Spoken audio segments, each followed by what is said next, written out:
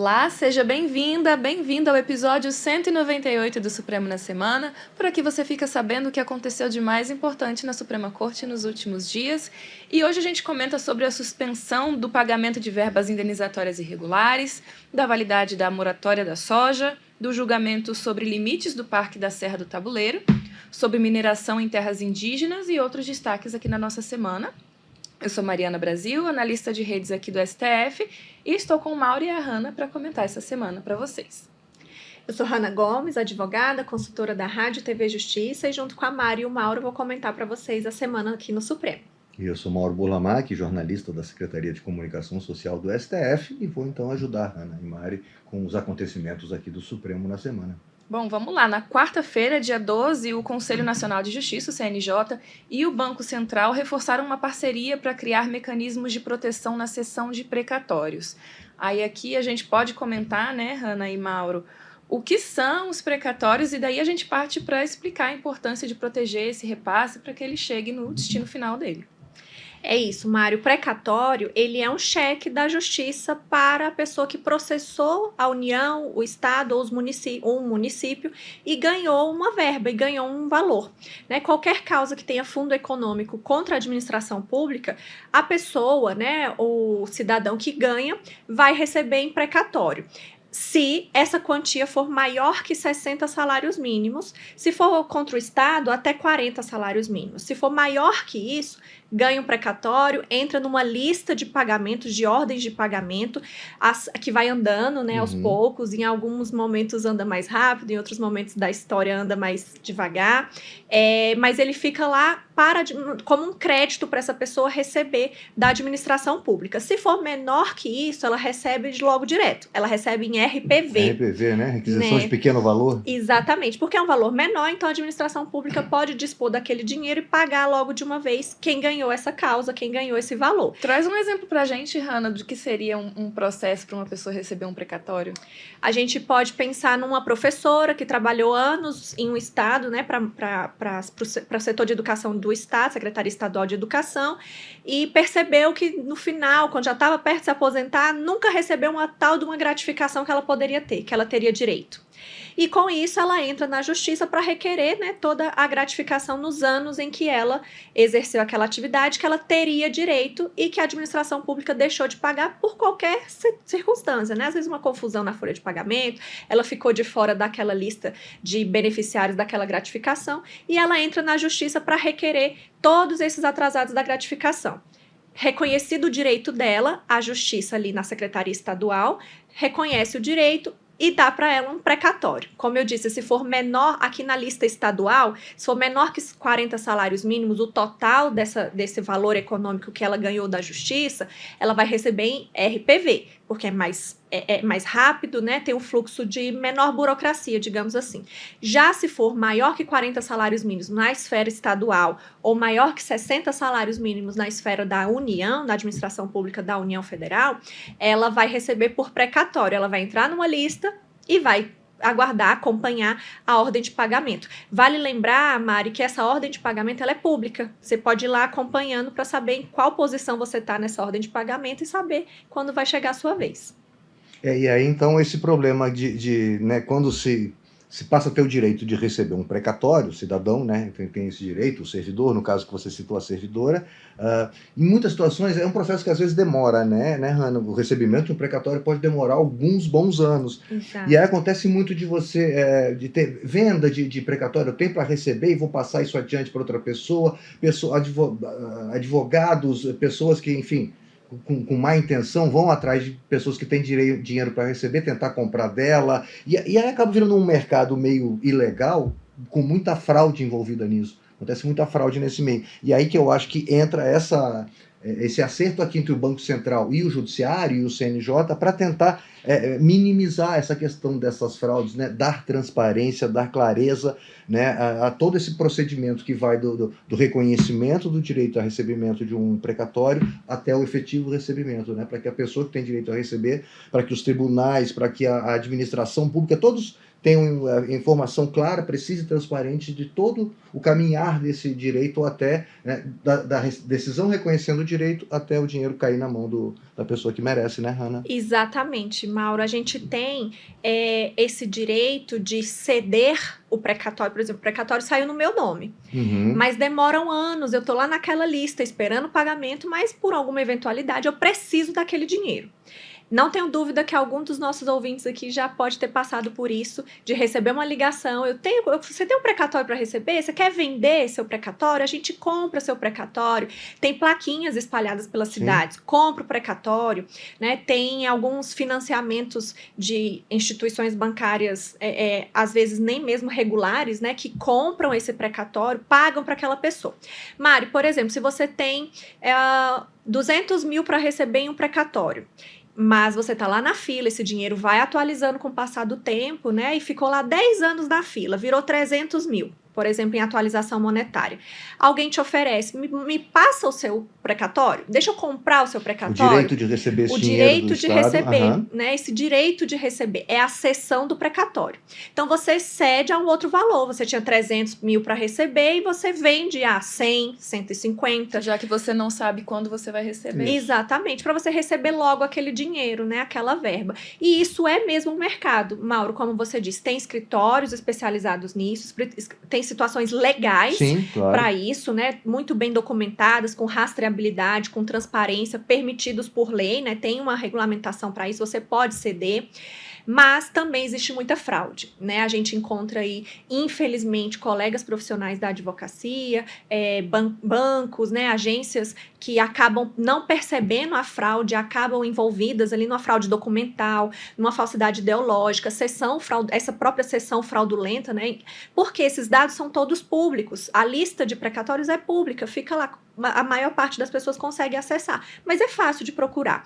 E para evitar, para tentar frear e combater esse tipo de fraude que vem acontecendo muito, essa parceria entre o CNJ e o Banco Central vem para resguardar as pessoas que têm direito. E, em regra, essas pessoas são aposentadas, pessoas que estão em uma situação de vulnerabilidade econômica que precisam daquele dinheiro. Então, num simples telefonema, acabam caindo numa fraude e, né, perdendo aquele direito. Vai haver o saque, vai sumir aquele dinheiro do precatório dela por causa de uma fraude documental, de uma falsidade ideológica, das mais diversas e que acaba levando a um prejuízo econômico muito grande. E essa portaria conjunta, então, busca exatamente combater esse problema que acontece, que é grave para quem tem direito a receber, né? Exato. Certo. Na sessão da quinta-feira, dia 13 de agosto, o presidente do STF, ministro Edson Fachin, manifestou publicamente o apoio da Corte ao ministro Flávio Dino. O presidente afirmou que ameaças ou ataques dirigidos aos ministros em razão do exercício de suas funções são inaceitáveis e atentam contra a independência do judiciário. O pronunciamento reforça uma união institucional do Supremo diante de tentativas de intimidação, né? E ele ainda reafirma a autoridade das decisões proferidas pelos integrantes aqui da Suprema Corte. E também foi um discurso que falou sobre o respeito, né, do STF com a liberdade de imprensa e com o direito fundamental dos jornalistas e o sigilo de fonte.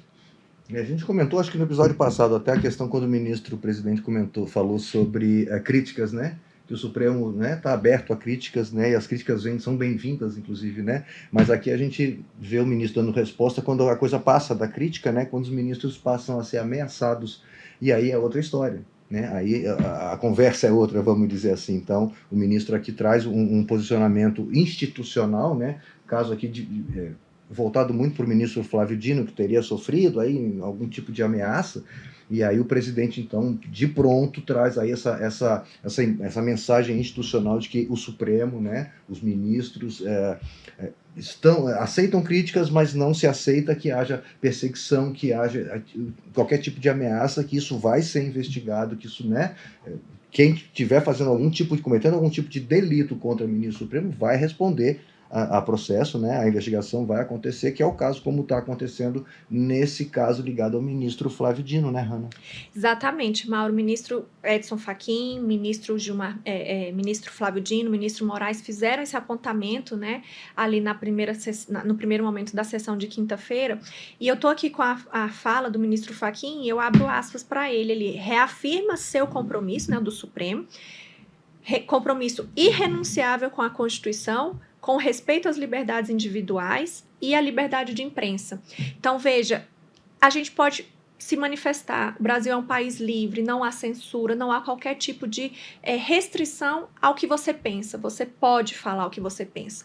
Mas quando esse seu falar, esse seu direito ultrapassa os limites constitucionais e de outras legislações, você vai responder pelo excesso. Claro. Nenhum direito é absoluto. O ministro deixa muito bem claro que críticas às decisões, críticas aos ministros são válidas, fazem parte da democracia. Vários ministros já expuseram isso em diversos momentos, já temos vários julgamentos no Supremo com relação a isso. Liberdade de imprensa, liberdade de expressão é um pilar da nossa democracia. Mas o excesso tem que ser apurado e processado, né? Em eventual crime da honra, ameaça, né, vai sofrer a consequência penal. Eu costumo dizer em sala de aula que, na verdade, você pode fazer, né? Você só tem que responder com as consequências dos seus atos. E muitas vezes esse ato ingressa, né, entra na esfera criminal, no ato ilícito lá do direito civil, devendo arcar com reparação de danos morais ou danos morais ou materiais. Então, há liberdade de expressão, não há qualquer tipo de censura, os ministros deixam isso bem claro, a crítica é muito bem-vinda, mas o excesso deve ser apurado e processado. E está sendo investigado, né? E aqui envolve, por isso que o ministro fala a questão de liberdade de imprensa e sigilo de fonte, e aí o que o ministro Alexandre, relator do caso que é citado, né, que é o tema dessa mensagem, é a investigação. Se realmente é um ato de jornalismo, exercendo uma função jornalística ou não.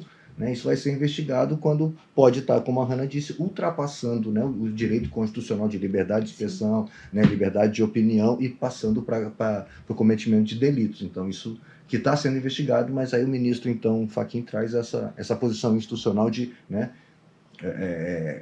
ao ministro Flávio Dino dizendo, olha, estamos todos com você, principalmente a família do ministro, né, que se dirige muito ao ministro Flávio Dino exercendo o seu papel, né, como ministro, mas ameaças que teriam alcançado a família do ministro, e aí isso é uma coisa que realmente não se pode aceitar. Exatamente, né? Isso já extrapola a liberdade de expressão, né?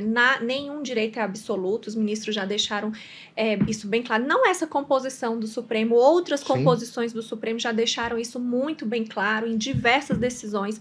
Liberdade de expressão e liberdade de imprensa não é um direito absoluto, assim como nenhum outro.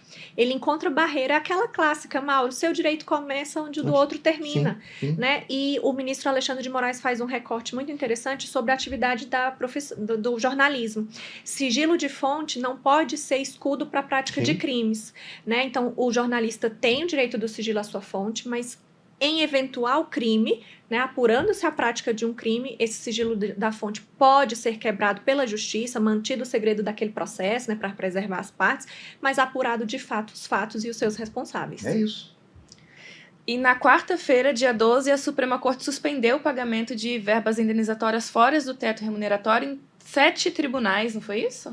Isso, Mari. Foram os tribunais de justiça de Goiás, Maranhão, Paraná, Rio de Janeiro, Rio Grande do Norte, Rondônia e Distrito Federal.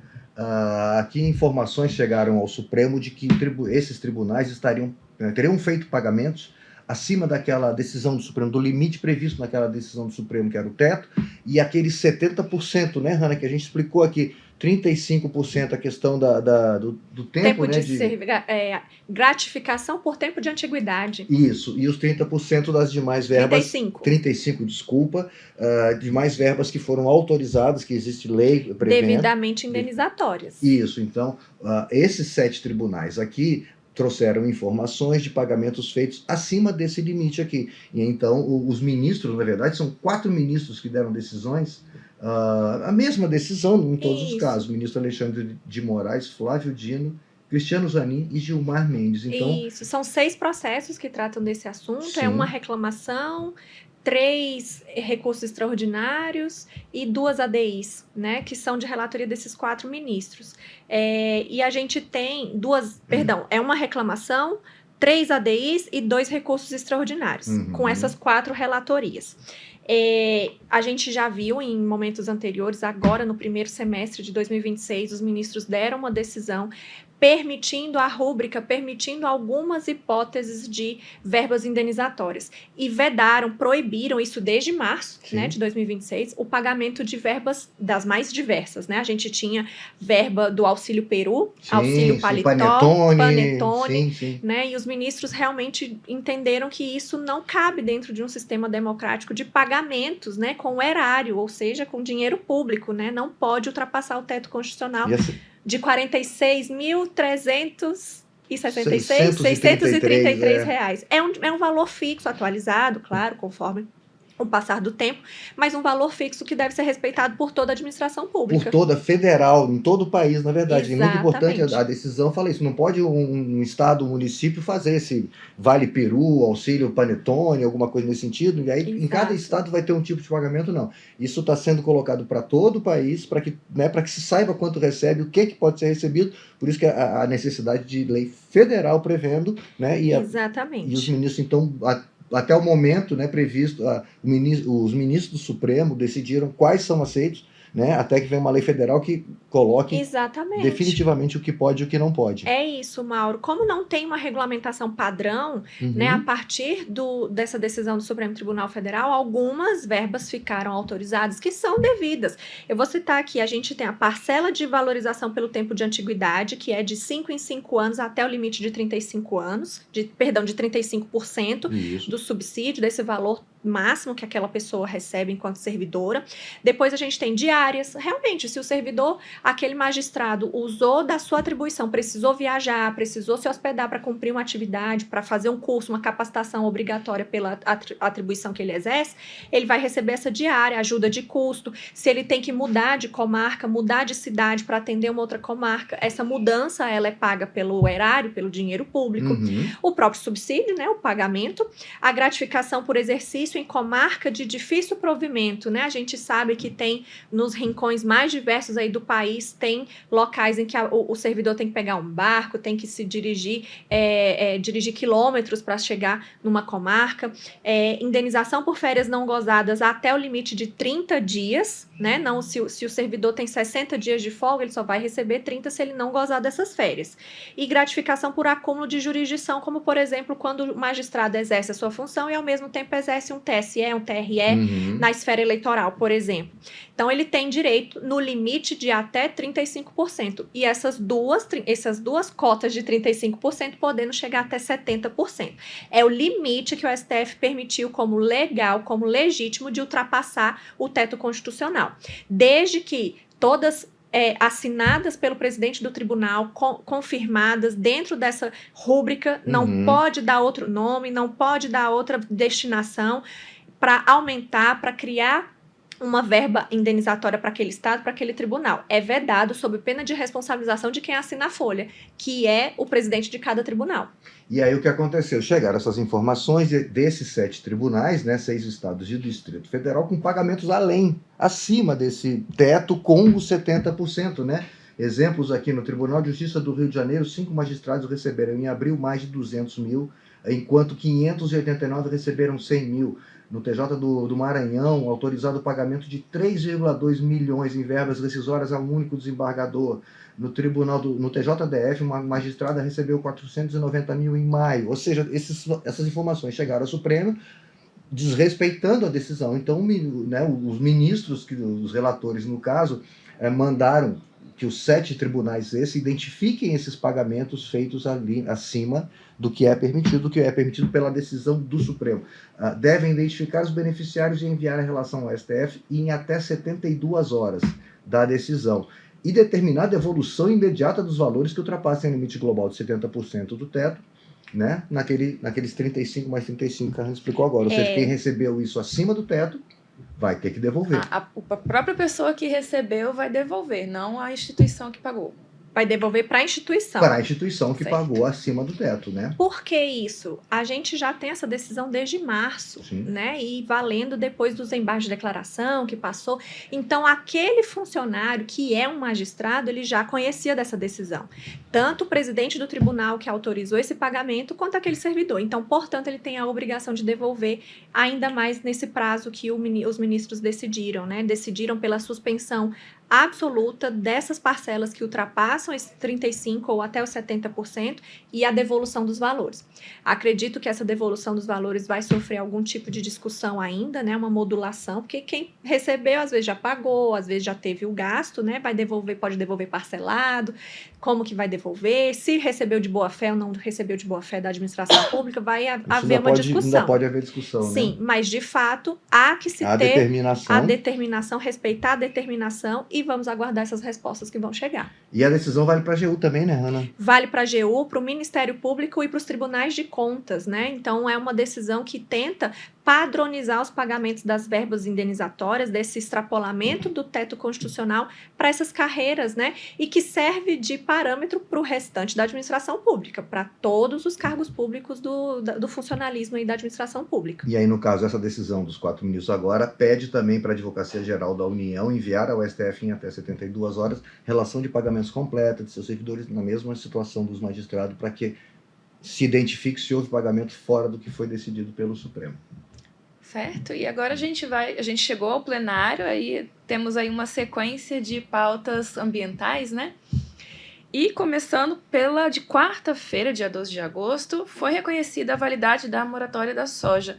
O STF validou leis que retiraram incentivos fiscais para empresas que compram soja de áreas desmatadas da Amazônia.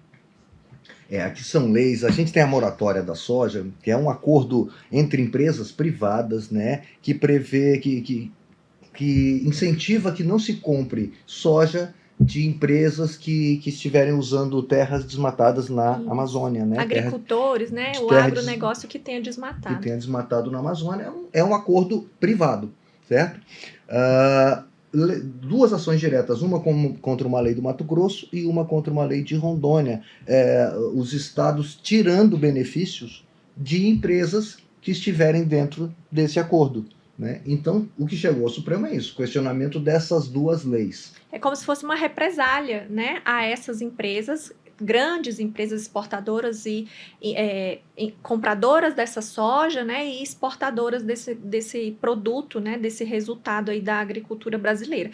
É como se fosse uma represália por ela atender a uma norma interna privada de não comprar dos agricultores, né, dos produtores que desmatam, mesmo que esse desmatamento seja supressão legal de vegetação. Porque a moratória da soja entrega uma proteção ambiental mais rigorosa do que a própria lei, federal, o nosso Código Florestal. Então, o agricultor, o produtor traz aqui para o STF esse argumento de que, olha, a lei me permite desmatar até 20%, 10% em outras situações da minha área, desde que eu compense de outras formas aquele ambiente, né, aquele bioma, e fizeram um combinado, como se fosse pelas minhas costas, né? Um combinado privado, voluntário, de outras empresas que não estão comprando de mim. Então, a minha produção está ficando retida porque eu não consigo vender, porque existe um acordo privado que atende ao mercado internacional, que exige uma mercadoria mais sustentável, que tenta preservar o bioma da Amazônia, e por isso essas regras mais rigorosas desse acordo privado. E aí, os estados, de forma legislando, né, nas suas competências tributárias, estão tirando benefícios dessas empresas ou dificultando o acesso a alguns benefícios para criar uma reserva de mercado. Essas leis, elas restringiam benefício fiscal e outros incentivos públicos para essas empresas. Então, a discussão no Supremo foi bem interessante porque o questionamento era com relação a essas duas leis, Mato Grosso e Rondônia. Os ministros discutiram até 3 pontos, mas 2 pontos principais. Primeiro, é válido esse acordo, essa moratória da soja, esse acordo entre entes privados, né, definindo que não se compre, pedindo que não se compre soja dessas áreas de desmatamento? Isso é válido? Isso é possível? Pode ser feito? E aí, num segundo momento, uma lei que tire benefícios de pessoas que fazem esse acordo também é válida? Né? Interessante, são dois pontos da discussão. Alguns ministros, inclusive, preferiram não... Não foi unânime, Não foi unânime, alguns ministros preferiram não julgar tudo isso, julgar só a lei, que era o que estava sendo questionado, mas a maioria dos ministros se debruçou sobre os 2 temas. Analisaram a moratória, o acordo entre as empresas chamado de moratória da soja, consideraram que ele é legal, que ele busca realmente proteger o bioma da Amazônia, né, que ele busca proteger por uma proteção ambiental maior do que existe já na legislação. E que o mercado é livre para se organizar dessa forma. Eles podem fazer isso, então entenderam que é legal, que é constitucional, vamos dizer assim, a moratória da soja, e ao mesmo tempo também o Estado tem competência para retirar benefícios de pessoas que estão nisso, né? Está dentro da competência do ele Estado. Tem autonomia. Para criar, para desenhar e regular a sua malha tributária com relação aos impostos, aos tributos, aos benefícios fiscais que competem ao Estado ou município. Então, eles fizeram, né, Mauro, entregaram uma decisão de equilíbrio, né? Uma decisão de meio termo atendendo tanto ao interesse particular do mercado, que pode se organizar de forma interna, é livre iniciativa, desenvolvimento econômico, liberdade,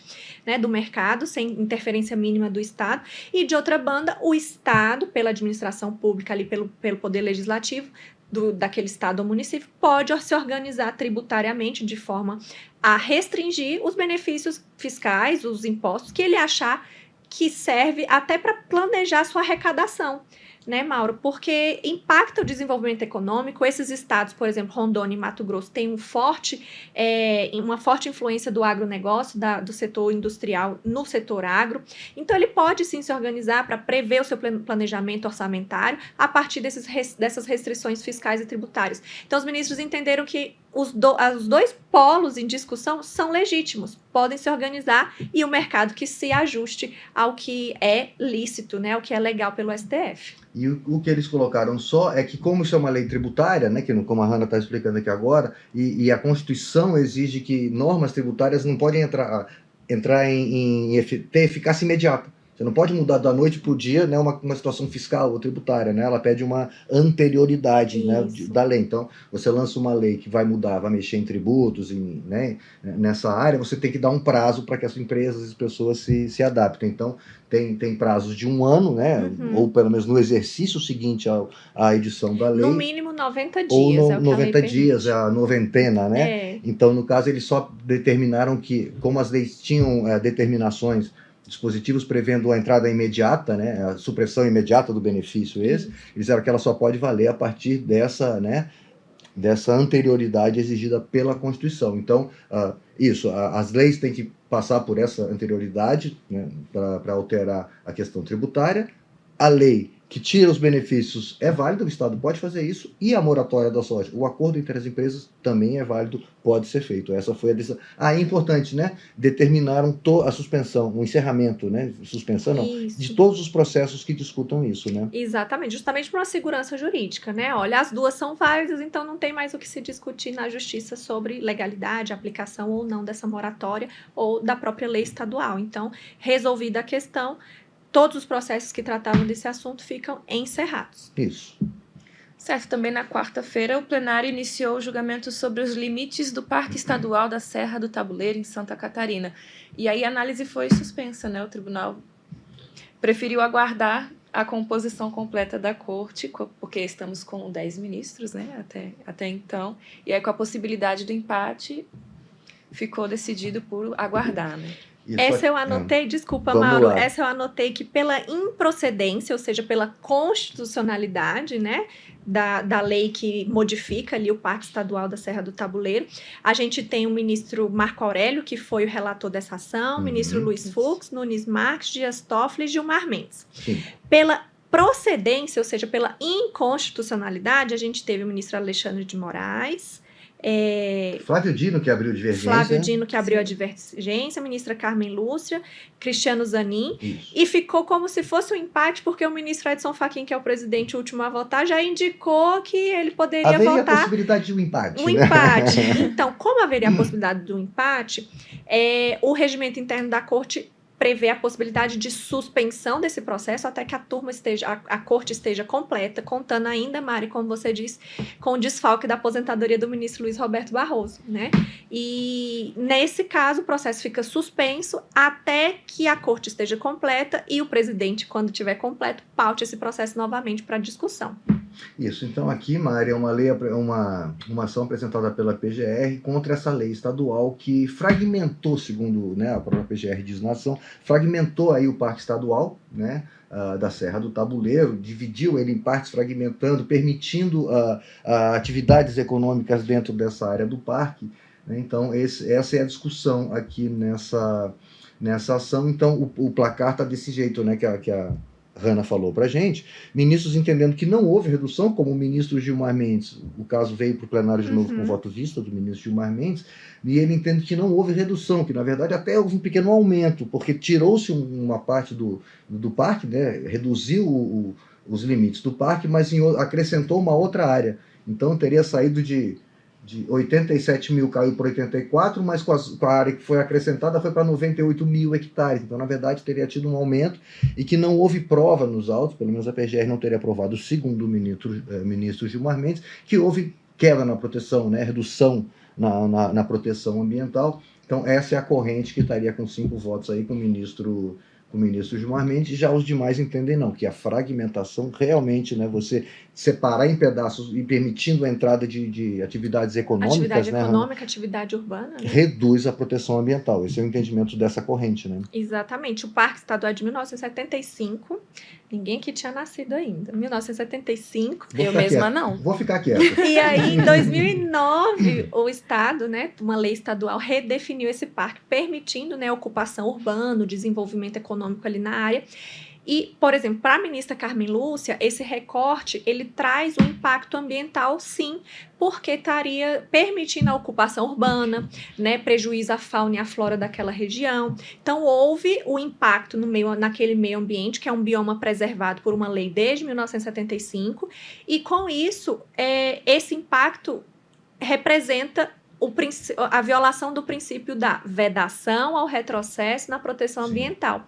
A Constituição estipula isso a partir do artigo 225 da nossa Constituição, essa proteção ambiental especial, principalmente para biomas especiais, né? E a gente tem a Serra do Tabuleiro como uma unidade de conservação. Que fica em Santa Catarina, não sei se a gente comentou, mas fica em Santa Catarina. Santa Catarina, e a gente tem uma UC, uma unidade de conservação. É um recorte geográfico, uma área geográfica desenhada, delimitada para a proteção especial daquela área, preservando aquele bioma, a flora e a fauna que ali tem, e as comunidades tradicionais que ali habitam, né? Como, por exemplo, comunidades indígenas e quilombolas.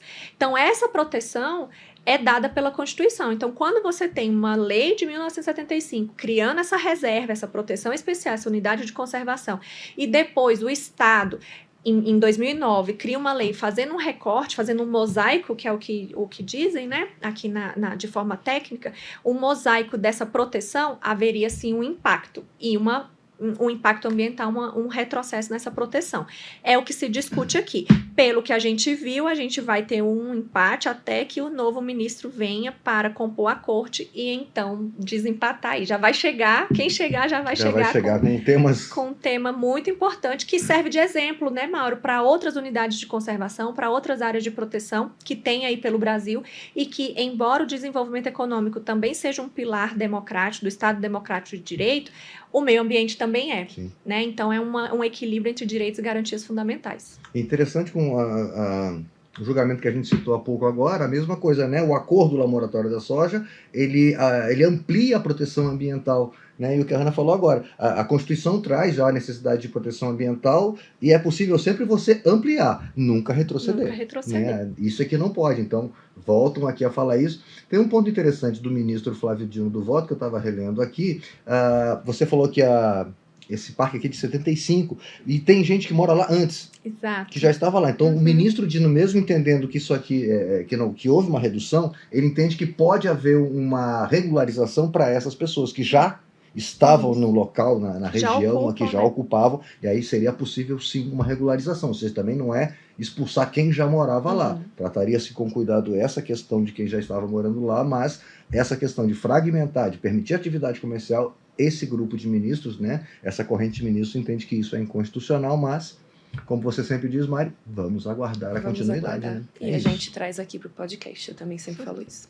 E para fechar a semana, na quinta-feira, dia 13 de agosto, o plenário referendou uma liminar do ministro Flávio Dino que determinou o prazo de 24 meses para que o Congresso Nacional edite uma lei sobre exploração mineral em terras indígenas, diante da falta de regulamentação dessa matéria até então, né? Aí, por enquanto, já temos algumas medidas não, né? Umas condições provisórias para atividades nessas terras, até que se tenha uma lei, alguma revisão na lei, né? O artigo 231, Mari, parágrafo 3º, fala que o aproveitamento de recursos hídricos, né, potenciais energéticos, pesquisa e lavra de riquezas minerais em terras indígenas só podem ser efetivados com autorização do Congresso Nacional. Aqui, a Constituição mandando que o Congresso Nacional legisle, né, regulamente como é que vai ser feito isso. Lembrando que isso está na Constituição desde a promulgação, desde 88. Desde 1988, e até hoje não veio essa lei. Né? E aí, então, a coordenação das organizações indígenas do povo Cinta Larga vem com esse mandado de injunção, que é uma ação que tem essa função mesmo, né, Hannah? Exatamente, é um remédio constitucional, a gente chama assim, eu lembro que o ministro Roberto Barroso não gostava desse termo, né? Se é constitucional, não pode ser só um remédio, um band-aid. Tem que ser a cura. Tem que ser a cura. Um mecanismo constitucional para tentar suprir eventual, que seja assim reconhecido, lacuna legislativa. A Constituição, desde 88, traz diversos direitos, né, muitos deles a serem regulamentados com o passar do tempo depois da promulgação da Constituição em 88. Então, o Legislativo tem esse tempo, né? Eu ouso dizer que 37 anos é um curto período de tempo para legislar sobre tantas matérias que a nossa Constituição desenvolveu de proteção para a gente enquanto cidadão.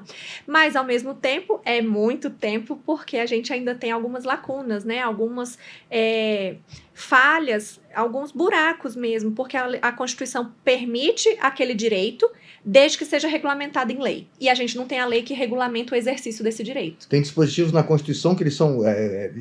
de eficácia imediata. Isso. Ele por si só já fala, não precisa nada de regulamentação, não precisa vir nova lei nem nada, lei complementar nem nada. Em outros casos, a própria Constituição, como aqui diz, né, com autorização do Congresso, ou seja, eu estou mandando o Congresso legislar. Exato. Às vezes ele fala, né, na forma da lei, por exemplo, um determinado até que direito, tenha uma lei. até que venha uma lei. Então, isso é quando a Constituição está mandando que o Congresso faça uma lei complementar, que seja para regulamentar aquele direito, e aqui no caso, então, essa coordenação entende que desde 1988 a Constituição manda regular e o Congresso não regulou. E que isso estaria trazendo problemas para essa região, para esse grupo indígena, né? Porque há mineração na área deles, né? Ilegal, e que, na verdade, eles não têm direito à participação em nada e, na verdade, eles acabam sofrendo violência, Isso. invasões, né? Conflitos fundiários, né? Disputas de terra, violentos, já houve mortes em razão desses conflitos, né? Uma situação Sim. muito grave que prejudica a comunidade tradicional que ali habita, o próprio povo Aqui se Cinta pede Larga. uma lei sobre a exploração mineral, uma lei abrangente, né? Federal. Mas aqui a gente fala de um caso dos indígenas Cinta Larga, né? Do povo Cinta Larga. Essas condições provisórias se restringem a essas comunidades ou a qualquer território indígena? Ótima pergunta, porque isso é bem pontual. Pode ser um precedente, como a gente sempre diz, né? É um posicionamento que o Supremo entendeu que vale, mas aqui é o caso concreto dos indígenas desse grupo Cinta Larga. Tudo que eles colocaram dessas medidas que a gente vai falar aqui agora valem para os indígenas Cinta Larga. A regulamentação, como você bem colocou, é para todos. Vai ser uma lei. Deu 24 meses para o Congresso fazer uma lei que vai valer para todos. Para exploração mineral em terras indígenas. Perfeito. Agora, no caso concreto do Cinta Larga, enquanto não vem essa lei, né, para o caso concreto, então, uma série de medidas tomadas pelo ministro Flávio Dino na sua liminar, que agora foram referendadas, né, Hannah? Isso, a gente lembrou aqui no começo que é um mandado de injunção para discutir se há essa lacuna legislativa e como que vai resolver, né? Essa lacuna legislativa, como que vai permitir a mineração em terras indígenas. Esse é o mérito, o objeto, né? A causa central, o tema do mandado de injunção. Mas a gente teve nesse julgamento da quinta-feira só o referendo da liminar, né? A confirmação de uma decisão precária, urgente, que o ministro relator, o ministro Flávio Dino, deu nessa decisão. Uma delas foi um prazo para o Legislativo, para o Poder Legislativo, Congresso Nacional, a Câmara e o Senado editarem uma norma que regulamente essa situação. 24 meses. Esses 24 meses são desde fevereiro de 2026, quando o ministro deu essa decisão. Perfeito. E agora ele apresentou para o plenário, né, foi pautado para que essa decisão fosse confirmada. Além dos 24 meses, ele deu uma série de ordens, né, de mecanismos para tentar minimizar os impactos desse garimpo ilegal que está acontecendo lá na região. Na região desses indígenas, né? Então ele fala aqui, condicionantes gerais para a mineração nas terras indígenas. Realização de consulta livre prévia informada às comunidades, conforme prevê a Convenção 169 da OIT, que exatamente fala nisso, né? O que for acontecer em área indígena, os indígenas têm que ser ouvidos necessariamente, né? Caso a mineração venha a ser autorizada, a área explorada não poderá exceder 1% do território indígena demarcado, assegurando a integridade da maior parte São das quase terras. 3 milhões de hectares, né? Quer dizer, esse 1% ainda é uma área muito grande ainda, mas você vai estar preservando a maior parte da área, né? Deve ser reconhecida a preferência dos indígenas na exploração dos recursos de seu território, incentivando a organização em cooperativas indígenas com assistência técnica e financeira do poder público. Ou seja, eles devem se organizar e o poder público deve empoderá-los, né? Mostrar como fazer, ajudar, como trabalhar essa questão dessa exploração. Caso não exerça o seu direito de prioridade, mas autorize o empreendimento, sendo escutado o povo Cinta Larga, o povo indígena terá direito a 50% do valor total devido aos estados, ao Distrito Federal, municípios e aos órgãos da administração. A participação financeira das comunidades nos resultados da lavra deve ser direcionada para projetos de segurança territorial, produção sustentável, recuperação ambiental, saúde, educação e sustentabilidade. E é obrigatória a elaboração de estudo de impacto ambiental.